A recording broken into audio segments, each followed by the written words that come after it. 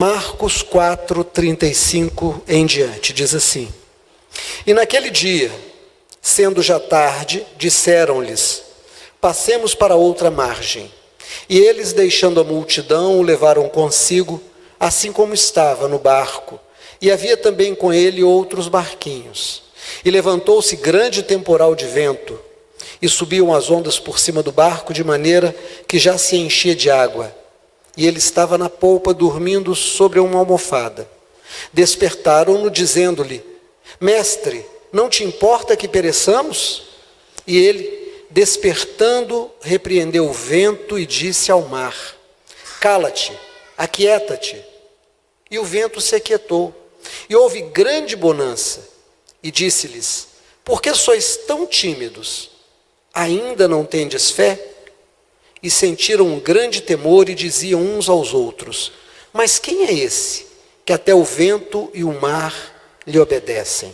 Agora vá, por favor, para Atos dos Apóstolos, capítulo 9, verso 1 em diante. E Saulo, respirando ainda ameaças e mortes contra os discípulos do Senhor Jesus, dirigiu-se ao sumo sacerdote e pediu-lhe cartas para a cidade de Damasco, para as sinagogas, a fim de que, se encontrasse alguns daquela seita, quer homens, quer mulheres, os conduzisse presos a Jerusalém.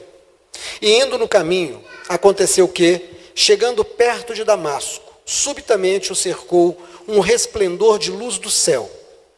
E caindo em terra, ouviu uma voz que lhe dizia: Saulo, Saulo, por que me persegues?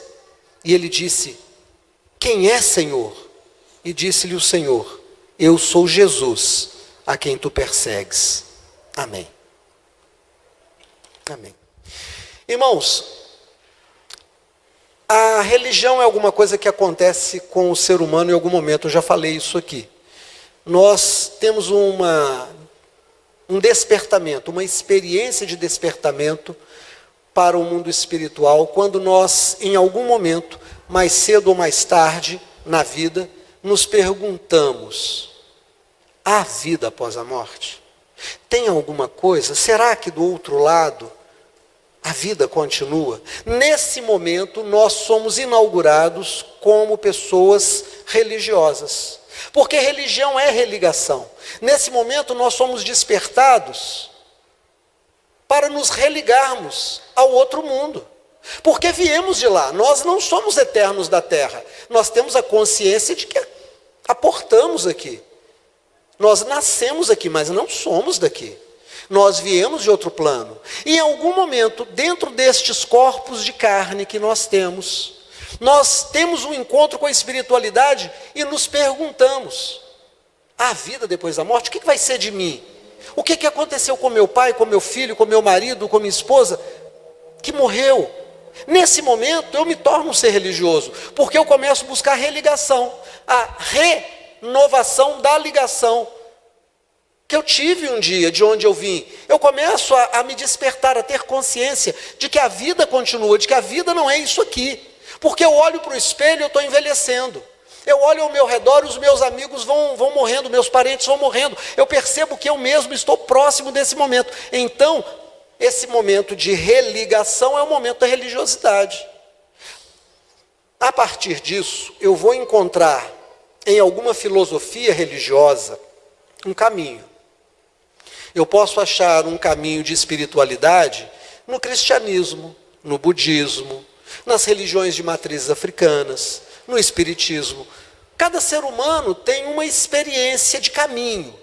Então nós encontramos alguém que diz: olha, eu sou espírita, tenho estudado o livro dos médiuns, o livro dos espíritos, tem me feito muito bem. Encontramos outra pessoa que diz: olha, eu sou do candomblé, eu sou da umbanda, a minha vida mudou lá. E a gente encontra pessoas dentro da igreja evangélica que também dizem: olha, o caminho é Jesus, a minha vida mudou, a minha casa mudou. Dentro do catolicismo a gente encontra então testemunhos de mudança a partir da opção de uma caminhada religiosa. Mas essa caminhada religiosa nem sempre revela o Senhor do caminho. Nem sempre. Nós temos dois exemplos aqui. Nós temos um grupo de pessoas que já era criado no judaísmo, então conheciam todas as histórias do Velho Testamento, conheciam as histórias de Josué, de Moisés, de Jonas, conheciam os 10 mandamentos, tiveram depois um encontro com Jesus, se tornaram discípulos do Galileu, andaram com Jesus, dormiram ao lado dele, comeram junto com ele, receberam dele autoridade para expulsar demônios e expulsaram, para curar enfermos e curaram, para despertar, ressuscitar mortos e fizeram isso. E em dado momento, essas pessoas que eram despertadas para o mundo espiritual, que estavam num caminho chamado Jesus, entram num barco, vão atravessar esse mar que eles estão nele. Jesus entra no barco e está ali dormindo. Existem outros barquinhos acompanhando o barco onde Jesus está. E do nada o vento começa a soprar, as ondas começam a ficar subindo e descendo, o barco começa a ser atirado de um lado para o outro. Num primeiro momento, aqueles homens que eram experientes pescadores arreiam a vela, suspendem os remos, amarram o timão, começam a tirar a água que o vento e o movimento das águas jogava para dentro do barco. Jesus continua dormindo. E de repente eles começam a ouvir rangires. A madeira começa a fazer aqueles barulhos, rangendo aqui e ali, mostrando que está para se partir, para quebrar, o barco iria afundar. E é nesse momento que eles chamam Jesus, e chamam Jesus até com uma certa raiva. Senhor, Senhor, não se te dá que morramos? O Senhor está aí dormindo e a gente aqui para morrer. Como é que pode? E aí Jesus se levanta, eu imagino que apoiando aqui, apoiando ali, deve ter segurado no mastro, levanta sua mão e dá uma ordem ao vento e dá uma ordem ao mar. Mar, acalma-te. Vento, cessa de soprar. E o vento cessa, o mar acalma e o barco volta à sua estabilidade. Aqueles homens ficam atemorizados. Jesus volta para o seu cantinho, estava cansado. E eles se perguntam: quem é esse? Quem é esse? Que até o vento e o mar obedecem. Irmãos, aqui tem alguma coisa para a gente considerar. Não basta ser despertado para a espiritualidade, não basta acreditar que tem uma vida eterna, não basta estar no caminho do Galileu, não basta estar no caminho de uma religião para a gente conhecer Jesus. Eles eram discípulos de Jesus, trabalharam com Jesus, dormiram, comeram, ouviram Jesus, mas eles não conheciam, porque no momento em que vem a tempestade, que Jesus consegue transformar toda aquela adversidade em calmaria, eles se perguntam: quem é esse? Nós estamos do lado de quem? Ora, nós podemos responder pelas Escrituras. Jesus é o Senhor dos senhores, é o médico dos médicos, é aquele que criou o universo, é aquele que sustenta o universo. A Bíblia diz para nós que tudo foi feito por Ele, para Ele, por Ele, sem Ele nada do que foi feito se faria. Nós sabemos que Ele é a brilhante estrela da manhã, nós sabemos que Ele é a verdade, que Ele é o caminho, que Ele é a vida. Mas será que nós temos uma experiência com Ele? Será que o saber intelectual, presta atenção nisso, será que apenas o saber intelectual me dá uma experiência com Jesus? Saber quem é o Jesus da história é ter uma experiência com Jesus? Certamente que não. Para que eles fossem despertados, eles tiveram que passar pelo perigo. Eles tiveram que quase chegar a ir a pique. O barco quase teve que quebrar. Jonas também foi assim. Jonas era profeta do Senhor. O Senhor diz para ele: vai a Nínive e apregou-a lá. Ele não gostava dos ninivitas. Ele disse: eu não. Se eu for lá e pregar, eles vão se arrepender, Deus vai suspender o castigo, eu quero que eles se explodam. Eu não vou pregar lá não. Pegou um navio para outra cidade, para Tarsis. Ele não queria ir para Nínive. No caminho, o barco onde ele estava também foi tomado por ventos, foi tomado pelo movimento das águas, a carga começou a ser perdida, o mastro foi quebrado, o barco estava quase a ir a pique, quando jogaram Jonas no mar, o mar se acalmou. veio um grande peixe, pegou o Jonas e depois de 3 dias o deixou na praia em Nínive. Vai fazer a vontade do Senhor. Vai ter uma experiência com o teu Deus. Irmão, olha aqui para mim em nome de Jesus. Sabe que a doença que você está nela, apesar de você conhecer Jesus, apesar de você andar com Jesus, apesar de você ler a Bíblia, não é porque você ainda não teve uma experiência real com Ele? Será que o desemprego que você está nele, será que o seu caminho que não dá certo, será que o seu problema, que é problema em cima de problema, resolve um, vem outro, resolve um, vem outro? Será que esse casamento que não se resolve, apesar de você ler a Bíblia, de você orar, de você vir à igreja, será que isso não é porque no final das contas você não tem uma experiência real com Jesus? Porque a experiência real com Jesus, ela mostra para você que Ele é o teu Senhor. Ele é o teu Senhor, é aquele que te criou, te sustenta e te dirige. E às vezes a gente sabe que Ele nos criou, que Ele nos sustenta, mas nós não queremos que Ele nos dirija.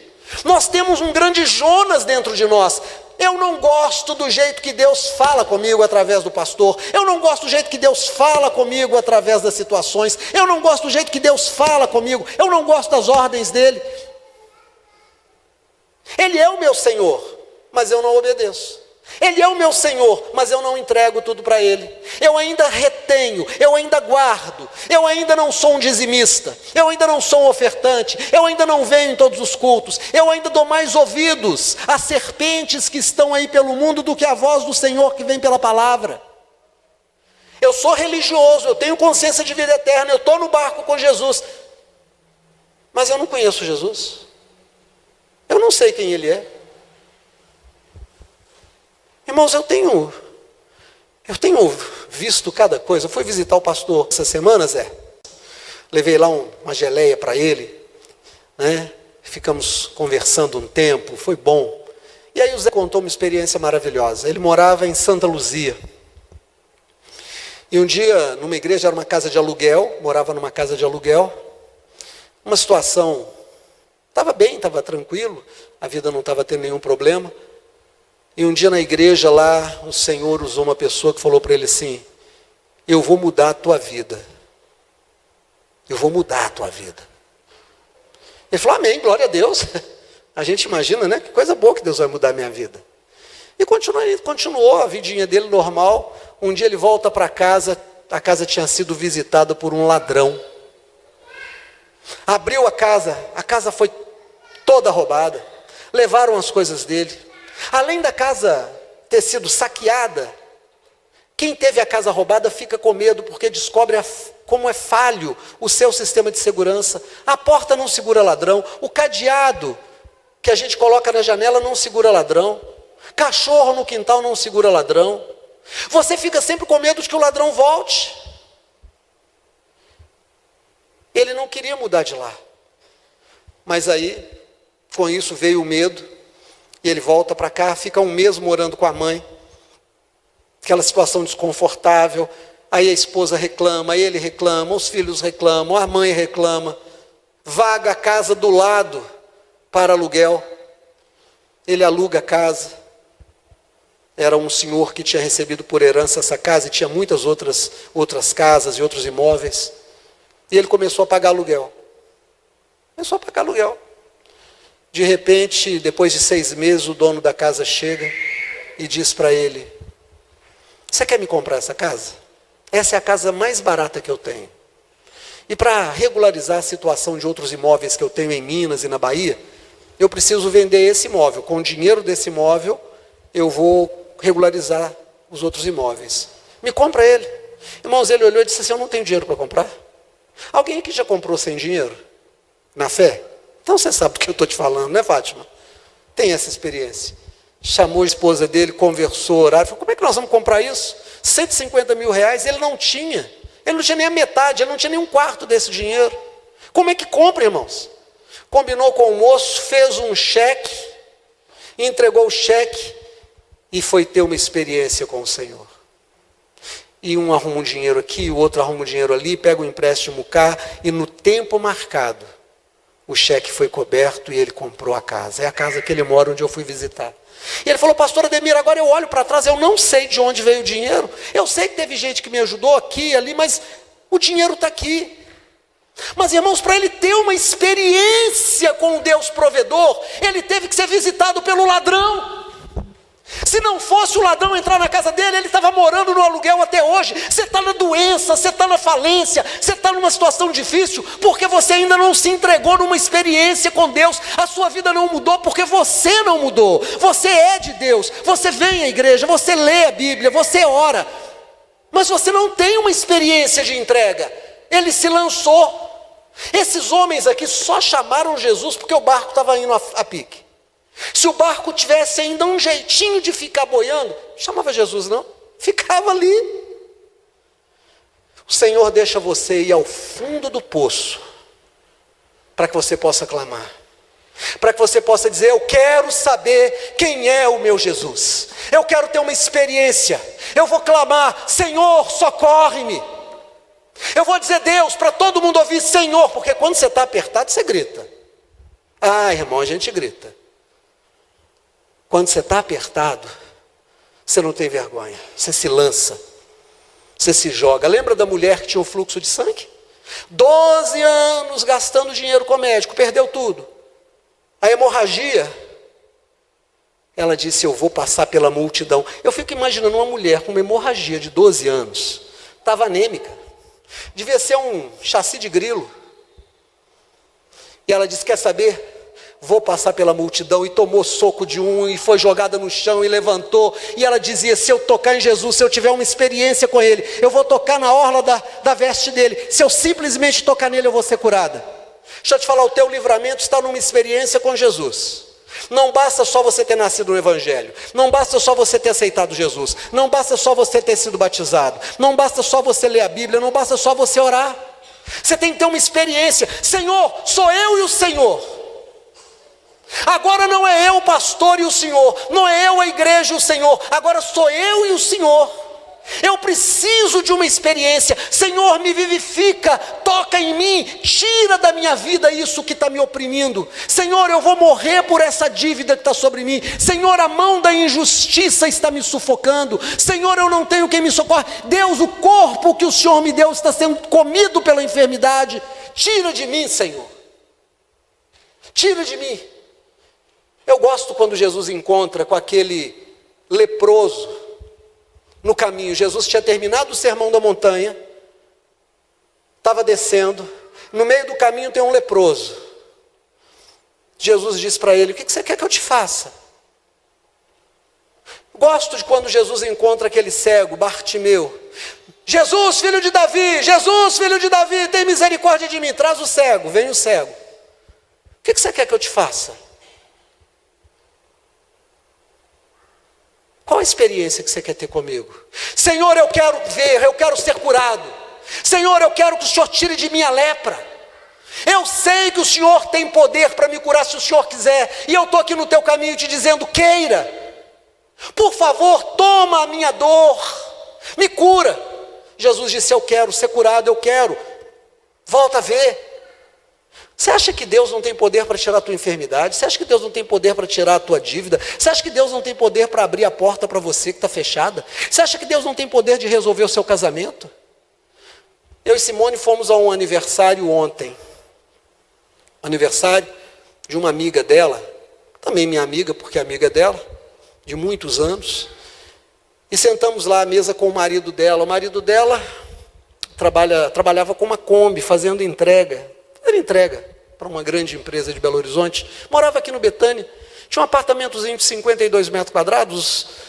Os corretores de imóveis aí sabem que 52 metros quadrados não é muita coisa, é, Zé? É pequeno, né? Cadê a Josi? É pequeno, né, Josi? 52 metros dá para ter 3 meninos lá dentro e uma esposa e mais marido? É apertado, né? Pois é. E aí a esposa começou a dizer: vamos comprar um outro apartamento, vamos comprar um outro apartamento. Surgiu no Grajaú a oportunidade de comprar um apartamento de 183 metros.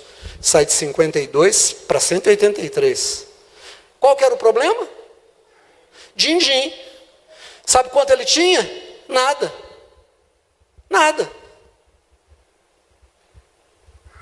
E aí ele ousou. Ele fez o negócio. E ele falou, olha, Deus honrou de tal maneira que eu não sei de onde veio. Irmãos, ontem nós fomos numa festa num apartamento, num prédio, no salão de festas, lá no antigo Seis Pistas, para aquele lado ali, Nova Lima, do lado daquela torre que parece um disco voador, sabe? Troço chique, coisa mais linda do mundo. Ele falou, olha, hoje nós temos um apartamento aqui que está alugado, moramos nesses 183 metros, temos outros, temos isso, temos aquilo.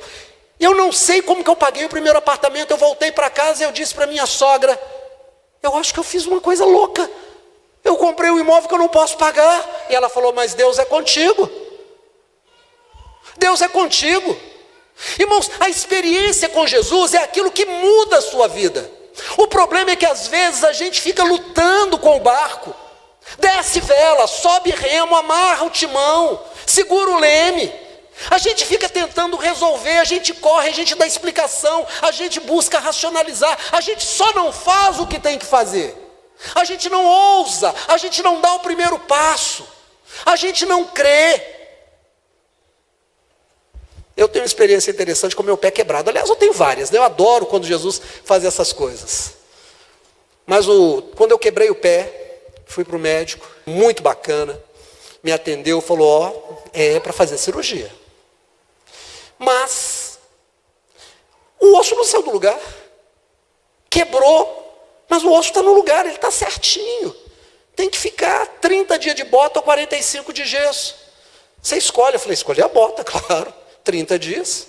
30 dias sem pôr o pé no chão. Vocês chegaram a ver aqui, pulando com aquele andadorzinho. Viajei, fiquei no hotel direitinho. Simone ia passear com a irmã dela e eu ficava lá no hotel. 5 dias dentro do hotel. Horroroso. Fiz uma viagem de Aracaju para cá, gastei 12 horas, 3 de avião, 9 entre aeroporto, casa, aeroporto. Horrível a viagem em si. Mas eu fui obediente, não pus o pé no chão, mas no dia 31, ele falou 30 dias. No dia 31 eu botei meu pé no chão. Será que eu caio? Não podia pôr peso, mas fiquei. No dia 32 eu comecei a dar uns passinhos. No 33 eu voltei no médico. Eu e o Zé do Carmo, né? Voltamos lá. A minha bengalinha, vai lá, tira uma chapa, depois a gente vai ver.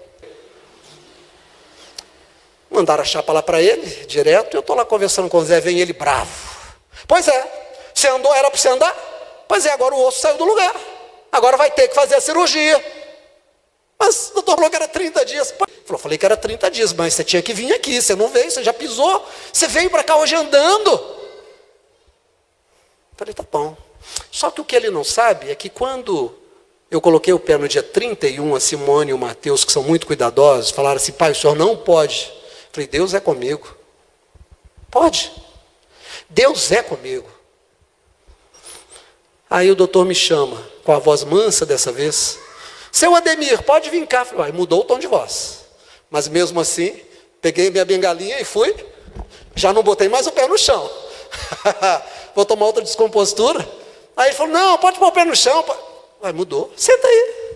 Olha, doutor, que eu não sei quem é, deve ser o chefe, olhou e disse que está tudo certo, que o senhor tem é que andar mesmo. O movimento do seu pé está perfeito, está resguardado, não tem nada de errado. O senhor tem é que andar. Só não põe o peso. Deus é comigo, irmãos. Deus é comigo. Eu não rejeitei, não rejeito o acidente, não rejeito a dor, a quebradura. Ela veio porque eu preciso ter essa experiência. A dificuldade que você está passando é porque você tem que ter uma experiência com Jesus. Você tem que ousar, você tem que crer, você tem que determinar. Eu estou determinando, eu estou obrigando Deus? Não, eu estou determinando para a minha fé. Eu estou dizendo no que eu creio. Você vai crer que você vai sair desse puxadinho da casa da sua mãe. Você vai tomar uma decisão de sair dessa pobreza. Você não nasceu para viver na miséria. O Deus que é pai não quer o seu filho, quer você, minha querida, meu querido, na miséria. Deus não quer você sendo humilhado. Deus não quer que todo mundo prospere e você fique para trás. Se você crê que vai passar num concurso, tome posse. A fé é a certeza das coisas que eu não vejo, mas também é a firme convicção das coisas que eu espero. A vaga que tem lá no STF, a vaga que tem lá naquela empresa é minha, porque eu sou de Deus. Eu ouso no Senhor, eu vou colocar minha fé em ação. A minha fé vai agir. Ela vai ganhar vida. O que você está fazendo para mudar a sua vida? Eu leio a Bíblia. Mas você está tomando uma posição? Você continua com a porta aberta para o pecado? Você continua com a porta aberta para a preguiça? Oração é um cheque em branco. Falei isso aqui quarta-feira na reunião de oração. Você pega um cheque, o Senhor Deus assina e fala, escreve o que você precisa. Por isso que você foi curado de câncer. Eu lembro do primeiro dia de campanha que a Jaqueline chegou com você aqui, alguém chegou para mim e falou, pastor, ele está com câncer de estômago. Está com câncer de estômago. Trouxe, né, o Itamar. Quantas crianças? Um dia desse, uma advogada que eu atendo, no final da sessão, eu falei alguma coisa para ela, da espiritualidade, ela falou, Demir, cuidado com o que você fala, tudo que você fala tem acontecido. Tem, porque ela vai com fé. Ela vai com fé. Mas você tem fé para receber? Você tem fé para mudar de vida? Você acha que Deus que tirou Davi de trás de umas ovelhas pobres, de uma montanha que ninguém conhecia, colocou como Deus de Israel, não tem poder de tirar você da sua miséria e colocar você numa situação boa? Você acha que o Deus que curou você não vai curar você? Você acha que Deus que deu casa para essas pessoas não vai dar para você? Está limitando Deus por quê? Creia, mas se lance. Se lance. E eu vou te dar uma notícia boa. Você está num lugar, e se você está nessa igreja, e que não é uma igreja grande, mas é uma igreja que tem pregado a palavra, tem te ensinado, e eu tenho andado por aí, eu tenho visto pregações, eu tenho visto estudo bíblico, eu vou te falar uma coisa sem modéstia nenhuma, mas com muita sinceridade. Aqui nós temos palavra. Nessa igreja tem palavra. Se você estudar, você aprende. E aí nós fomos para Atos capítulo 9, verso de 1 a 5. O verso 5 é o que eu quero trabalhar. Paulo, respirando ameaças e mortes contra os discípulos do Senhor, pede cartas para prender homens e mulheres em Damasco, capital da Síria, trazer para Jerusalém, presos. No caminho brilha uma luz que vem do céu, uma luz, um barulho. Os homens que estavam com Paulo ouvem um barulho, não entendem, mas Paulo ouve a voz que diz, Saulo, Saulo, por que me persegues? E ele todo trêmulo, sem entender nada, ele diz, quem és tu, Senhor? Antes de eu dizer quem é esse que fala com ele, você sabe que é Jesus porque nós lemos, eu quero te falar quem era Saulo. Saulo foi um homem extremamente culto, judeu, nascido numa cidade romana, nasceu com o título de cidadão romano, com todos os direitos do maior império daqueles dias. Era um homem que falava grego, aramaico, hebraico e latim. Era um homem que estudou aos pés de Gamaliel, reputado mestre em Israel, que aprendeu filosofia com os gregos, conhecia Platão, Sócrates, conhecia todos os filósofos e amava a sua religião, era religioso, era zeloso da lei, era da seita dos fariseus. Ainda há pouco o Zé me contando ali que teve um encontro com um amigo da Assembleia de Deus dos antigos, e aquele moço perguntou para o Zé, a sua igreja tem doutrina? Doutrina para os antigos da Assembleia de Deus é mulher de vestido comprido, não pode cortar cabelo, homens de terno, basicamente usos e costumes. E eles eram inflexíveis, não tinham televisão, era rígido. A seita dos fariseus era 100 vezes mais doutrina do que a Assembleia de Deus. E Paulo era dela. Paulo era um homem de Deus, era um homem sincero, mas não conhecia o Senhor dos Senhores. Porque no momento que ele vem com toda a sua fúria, toda a sua raiva, e ele é jogado no chão, e ele cai, e a voz do céu fala com ele, ele diz, quem és tu? Eu não te conheço. Eu conheço o hebraico, eu conheço o aramaico, eu conheço o grego, eu conheço religião, eu conheço filosofia, mas eu não te conheço. Quem és tu, Senhor? O Senhor Deus teve que pegá-lo da sua raiva e jogá-lo no chão. Fala com você, irmão. Você é uma pessoa que guarda rancor? Você é crente, mas é rancoroso? Você é crente, mas é vingativo? Você é crente, mas gosta de desprezar os outros? Você é crente, mas é bocudo? Sabe o que é crente bocudo? Você é crente, mas é bocudo? Você é crente, mas é linguarudo? Gosta de uma fofoca? Irmãos, como que crente tem alguns que gostam de uma fofoca? Deixa eu te falar uma coisa, o Senhor vai te jogar no chão, para que você tenha uma experiência com Ele. Ele vai te jogar no pó, a tua boca vai no pó, vai ter formiga entrando na tua boca. Talvez alguém tenha que limpar as tuas partes íntimas. Talvez alguém tenha que levar comida e dizer, olha, tirei da comida lá de casa e trouxe para você. Mas eu sou de Deus, é de Deus, mas você não age como alguém de Deus. Você não vive como alguém de Deus. Você é vingativo, é rancoroso, você é maldoso. Você faz mal às pessoas. Tua mulher está com úlcera, está com câncer, porque você colocou nela de fazer essa mulher sofrer. Teu marido já foi embora porque não te aguentou. Teus filhos estão marcados. Se você não tiver uma experiência com o Senhor para você mudar, você vai para o pó. Você vai para o chão, igual Saulo, caiu. E aí ele diz, quem és tu, Senhor? Eu sou Jesus. Eu sou Jesus. Aí o Senhor Jesus muda o nome dele, ele deixa de ser Saulo e vira Paulo. Porque Saulo vem da natureza de Saul. Saulo, aquele rei que não serviu ao Senhor. Mas Paulo é aquele que renasce, é aquele que vem diferente. É o mesmo, mas é diferente. É o mesmo, mas está consertado. É o mesmo, mas está melhorado. Por que que às vezes você sofre um baque na sua vida? Por que que você está vindo bem e de repente vai para o chão e quase não consegue levantar? Às vezes por causa da língua. Às vezes por causa do desejo de vingança. Às vezes por causa da mágoa. Às vezes porque despreza a autoridade. Não se submete. Aí o Senhor tem que te dar uma experiência. E aí lá da profunda dor, você diz, quem és, Senhor? Quem és tu? E ele diz, eu sou Jesus. E aí você tem uma experiência com Jesus. E a sua vida muda.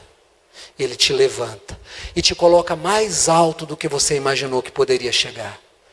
Ele tira a sua doença e te dá saúde. Ele pega a tua separação e traz o teu marido de volta, traz a tua esposa de volta.